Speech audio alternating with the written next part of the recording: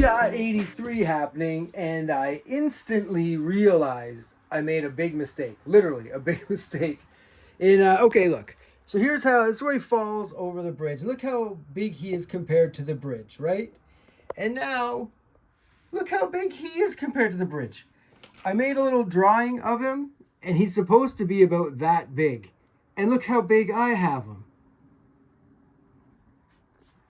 What?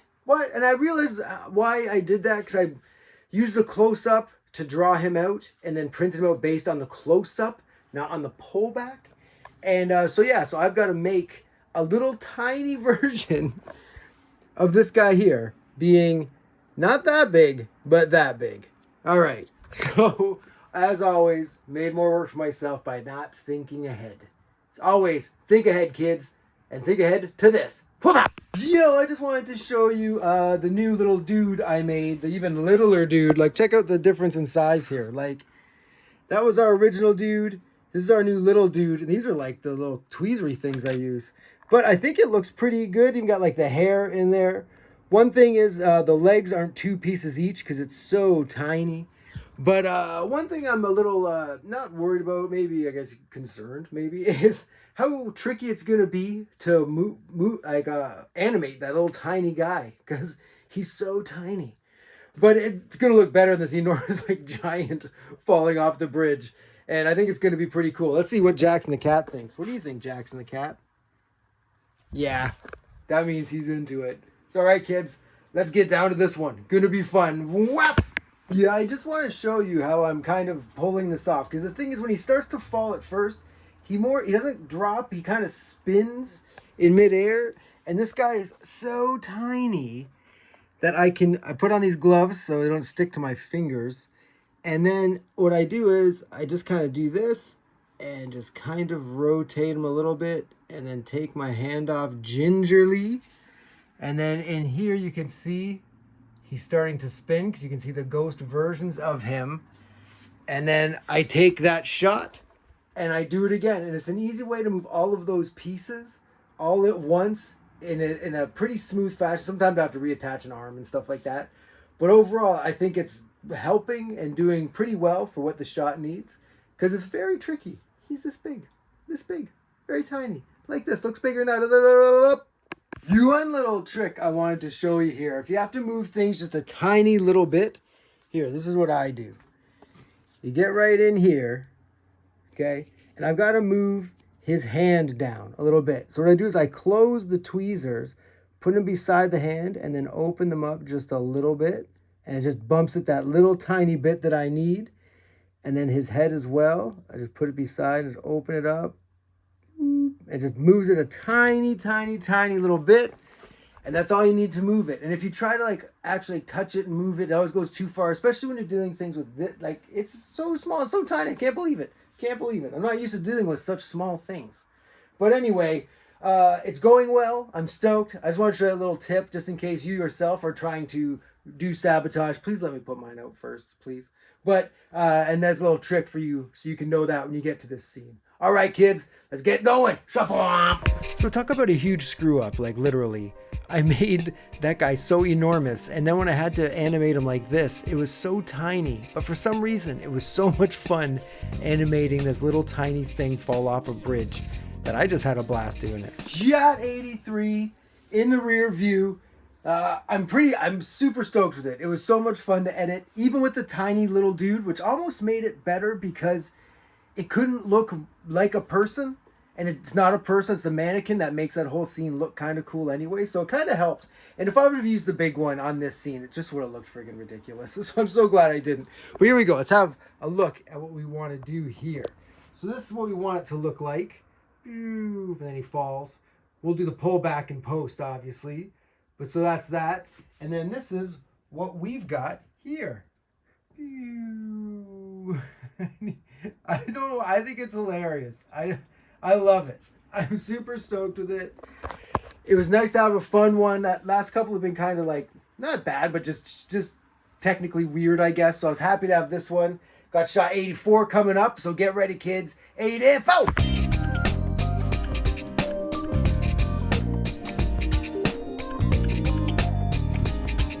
Hey y'all, what's shaking?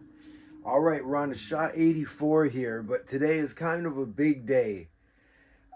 This is the last day I'm animating in this room. My wife and I bought a house, believe it or not, happened very fast. And in the new house, there's a room in the basement that has no windows, that's about the same size as this, and that's going to be the new animation studio. But that means we have to leave this one. And this is the last day. It's a bittersweet thing. I'll talk more about it later, but I'm just going to show you what I'm doing right now with this is I've got the ghost image of the dudes there, and you see my hand, so I can do the background, which you can see is there. And it's actually a pretty long background, so it's going to be like a big thing to move behind them. It's going to be sweet. It's going to be cool. Let's go out with a bang, kids. Here we go. Just an update here for shot 84. Here, I'll show you a little thing.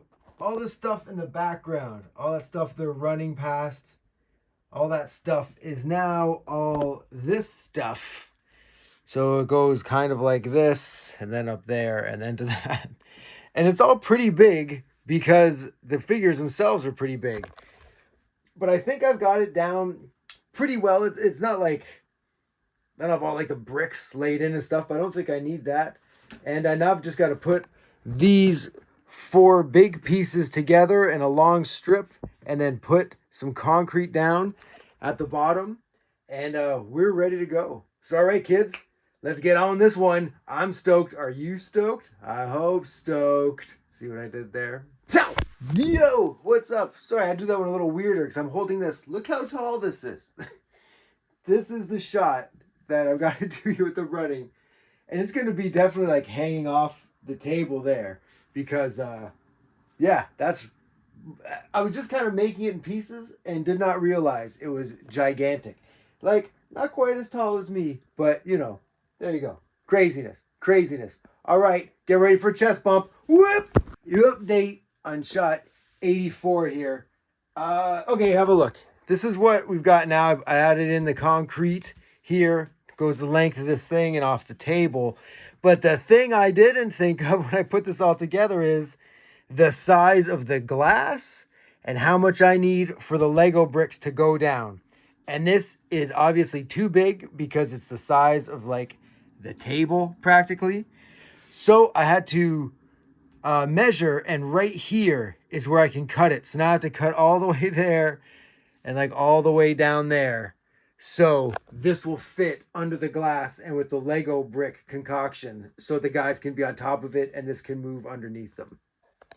Something I just didn't think of. I got so caught up in how awesome it was going that I just didn't think. So anyway, I got to do that. Let's do that now. Sorry about that. Here we go. So about to start shooting shot 84 here. It's the last time I'm going to start a shot in this room. Which I'm a very nostalgic person, so you're probably just like, who cares, dude? It's going to be radical. Like, just deal with it. And it is going to be radical. But it's just weird to know this is like the last time I'm starting something here. But I'm stoked it's this shot because I'm really excited to do it. So here's like the first shot there. And there, ooh, hard to see. Oh, God. There you go, kind of. So many lights. But that's our first shot there. And because this takes up so much of the table here, I had to set up a thing so I could have the keyboard here. It's a big suitcase, the Nightmare board game, a little basket thing, and then the keyboard. And we have all this stuff out because we're packing. So that's why I have the Nightmare board game out. But anyway, here we go. The final time we start a shot in the studio. In making shot 84, I really didn't understand how huge it was going to have to be when I started planning it.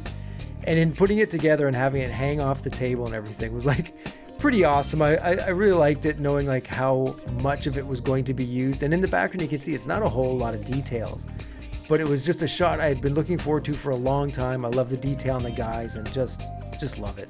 Well, shot 84 is just about to be in the rear view mirror. I figured because it's the last shot in this studio of mine, we could all do it together. So here we go. Got it all set up. Here they are set up here, ready to go. The background goes all the way down there.